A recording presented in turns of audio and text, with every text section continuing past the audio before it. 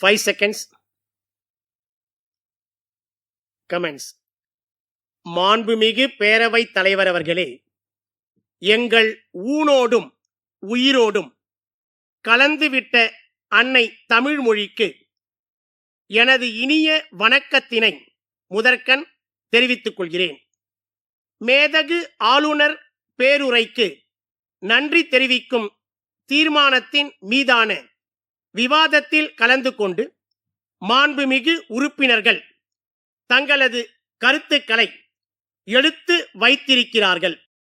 இந்த ஆளுநர் உரையில் உள்ள நல்ல அம்சங்களை பாராட்ட வேண்டியவற்றை பாராட்டியும் அதில் உள்ள குற்றம் குறைகளை சுட்டிக்காட்டி அவற்றையெல்லாம் தீர்த்து வைக்க ஆவன செய்ய வேண்டும் என்ற அளவிலேயும் இங்கே உறுப்பினர்கள் தங்களது உரைகளை ஆற்றி இருக்கிறார்கள்.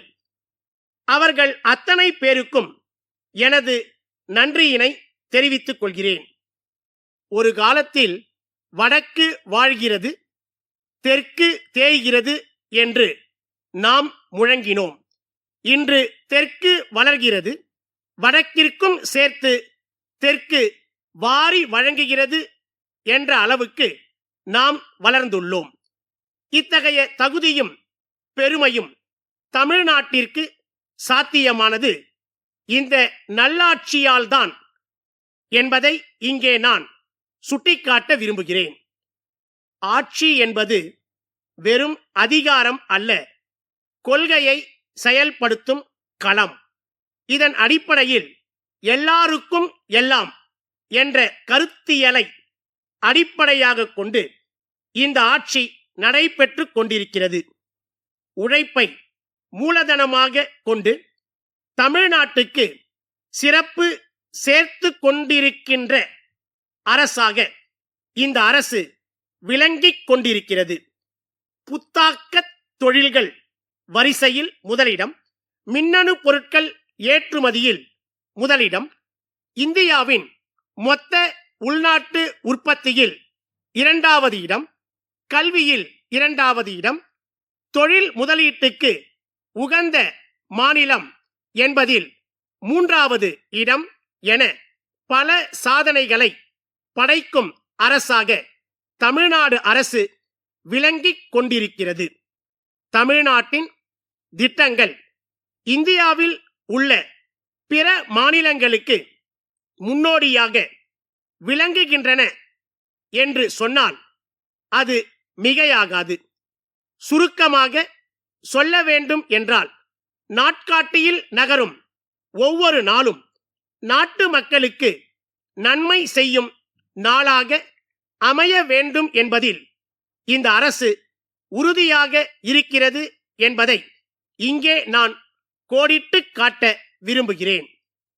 மாண்புமிகு எதிர்க்கட்சி தலைவர் அவர்கள் மெட்ரோ ரயில் பணிகள் தொடர்பாக ஒரு கேள்வியை எழுப்பி இருந்தார்.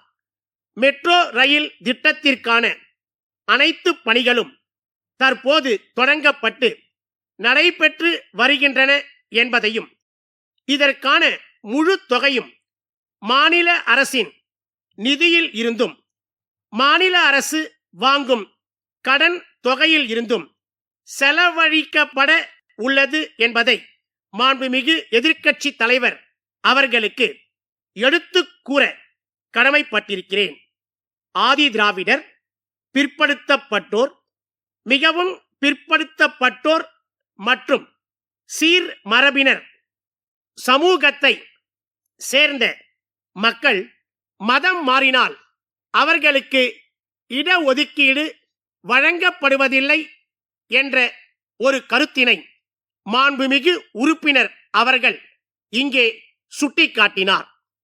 இந்த கோரிக்கை கனிவுடன் பரிசீலனை செய்யப்பட்டு விரைவில் ஆவண செய்யப்படும் என்பதை தெரிவித்துக் கொள்கிறேன். கோயம்புத்தூர் ஒப்பனக்கார வீதியில் உள்ள கிரி சகோதரர்கள் நிறுவனத்தின் உரிமையாளர், மதுரை மேல வீதியில் உள்ள தாமோதரன் நிறுவனத்தின் உரிமையாளருக்கு எழுதிய கடிதம் அன்புடையீர். நாங்கள் கேட்டுக்கொண்டபடி எங்கள் நிறுவனத்திற்கு தேவையான பொருட்கள் உரிய நேரத்தில் கிடைக்கப் பெற்றன. எங்களுக்கு அனுப்பப்பட்ட பொருட்களை திறந்து பார்க்கும்போது அதற்குள் நாங்கள் கோராத வேறு பொருட்களும் அதில் இருந்ததை கண்டு நாங்கள் அதிர்ச்சியுற்றோம். உங்களின் வேறொரு வாடிக்கையாளருக்கான பொருட்களும் தவறுதலாக எங்களுக்கு அனுப்பப்பட்டுள்ளதாக நினைக்கிறோம். அந்த வாடிக்கையாளரின் முகவரியை எங்களுக்கு அனுப்பினால் அவற்றை அந்த வாடிக்கையாளருக்கு அனுப்ப நாங்கள் தயாராக இருக்கிறோம். இல்லையெனில் தாங்கள் விருப்பப்பட்டால் அவற்றை தங்களுக்கே அனுப்பி விடுகிறோம். இது குறித்து உங்களுடைய பதிலை எதிர்பார்க்கிறோம். இத்துடன் தாங்கள் எங்களுக்கு அனுப்பியுள்ள பொருட்களின் விலைக்கான காசோலையை இணைத்துள்ளோம். தற்போது எங்களுக்கு எரிவாயு அடுப்புகள் மற்றும் காஃபி வடிகட்டிகள் மிக அவசரமாக தேவைப்படுகின்றன. அவற்றை உடனடியாக எங்களுக்கு அனுப்பி தருமாறு தங்களை அன்புடன் கேட்டுக்கொள்கிறேன். தங்கள் நம்பிக்கையுள்ள